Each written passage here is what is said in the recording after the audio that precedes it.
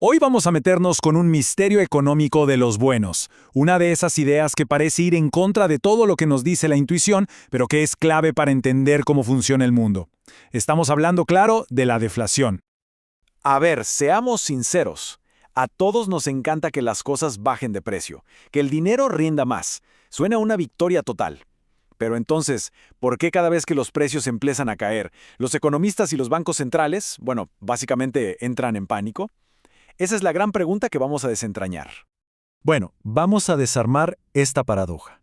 Y lo primerito que hay que saber es algo fundamental. No todas las deflaciones son iguales. Miren, hay una deflación que es buena. Es la que pasa cuando la tecnología avanza y nos volvemos súper eficientes.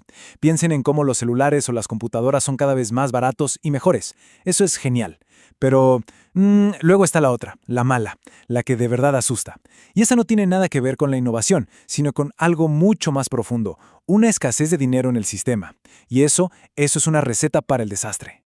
Esta deflación mala nace de lo que los economistas llaman un exceso de demanda de dinero.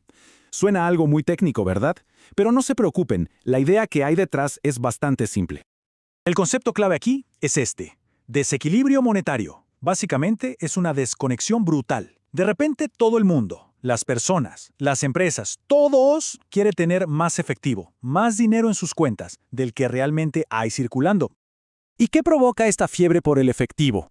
Pues casi siempre el miedo. Cuando el futuro se ve gris o si la cantidad de dinero en la economía se reduce, la reacción instintiva es aferrarse a los billetes. Se frena el gasto, se pausan las inversiones, todo para acumular liquidez, por si acaso. Y este gráfico nos muestra qué pasa exactamente. Imaginen que la economía está tranquila en el punto O. De repente, ¡pum!, la cantidad de dinero se contrae. La economía salta al punto A. Y ahí en A, todos nos damos cuenta de lo mismo. Oye, tengo menos dinero en el bolsillo del que necesito para sentirme seguro. Y la única forma de volver a acumular ese colchón es dejando de gastar. Ahora, la pregunta del millón es, si la gente deja de gastar, ¿no deberían los precios simplemente bajar hasta que todo se arregle y la gente vuelva a comprar? En teoría sí, en un mundo perfecto eso pasaría, pero la realidad es mucho más complicada. Y esta frase de La Fuente da justo en el clavo. Esa transición, esa bajada de precios necesaria, no es para nada un proceso suave o automático. De hecho, es un camino lleno de obstáculos y con costos altísimos para todos. Y aquí es donde aparece el dilema del vendedor. Hay que ponerse en los zapatos de alguien con un negocio. De la noche a la mañana, las ventas se hunden. La lógica te dice, baja los precios, pero espera un momento. Tus costos, como el alquiler o los salarios, no han bajado. Tus proveedores te siguen cobrando lo mismo. Si bajas tus precios, vas a perder dinero en cada cosa que vendas. Y como nadie te asegura que los demás también lo harán, nadie quiere ser el primero en saltar al vacío. El resultado es una parálisis total, un bloqueo masivo. Y el resultado de ese bloqueo lo vemos clarísimo aquí. La demanda se fue al piso, pero los precios se quedaron pegados, rígidos ahí arriba.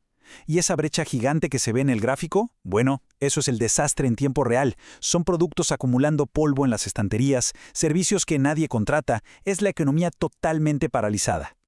Y lo peor es que este bloqueo en un mercado no se queda ahí, no señor.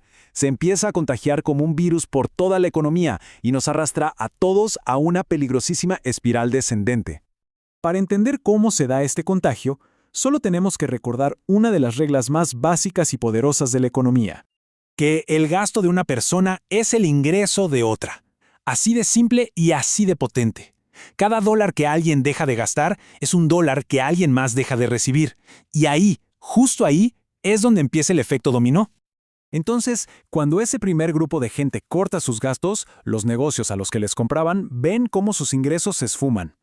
A su vez, esos negocios tienen que recortar sus propios gastos, lo que significa menos ingresos para sus proveedores y empleados, quienes a su vez, ya se imaginan cómo sigue. Es una reacción en cadena. Es una reacción en cadena que se autoalimenta y se acelera. La fuente que analizamos usa un término súper gráfico y potente para describirlo: una putrefacción acumulativa. Suena terrible, ¿no? Es como si la economía empezara a devorarse a sí misma. Entonces, ¿cuál es el daño final de todo este proceso? ¿Cuál es el verdadero costo de este bloqueo económico? Les adelanto, es mucho más profundo que simplemente tener los precios equivocados. Y esta es quizá la idea más importante de todas. Con la inflación, el problema es que los recursos se asignan mal. Producimos las cosas equivocadas. Pero con este tipo de deflación, el problema es infinitamente peor. Los recursos simplemente no se asignan, se quedan parados. El trabajo, el capital, las fábricas, todo queda inactivo. Y los costos reales para la sociedad son devastadores. Hablamos de desempleo masivo, de fábricas paradas oxidándose, de millones de intercambios que hubieran beneficiado a todos y que simplemente nunca ocurrieron. Es una pérdida de riqueza y bienestar que jamás se recupera. Y por supuesto, esto crea una desesperación que pide a gritos soluciones políticas, que muchas veces terminan empeorando el problema.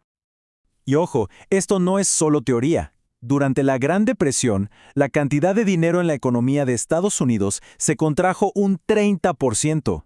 Esa brutal asfixia monetaria fue uno de los motores principales de la década más oscura de su historia económica. Las consecuencias son muy reales. Lo que nos deja pensando en una pregunta fundamental.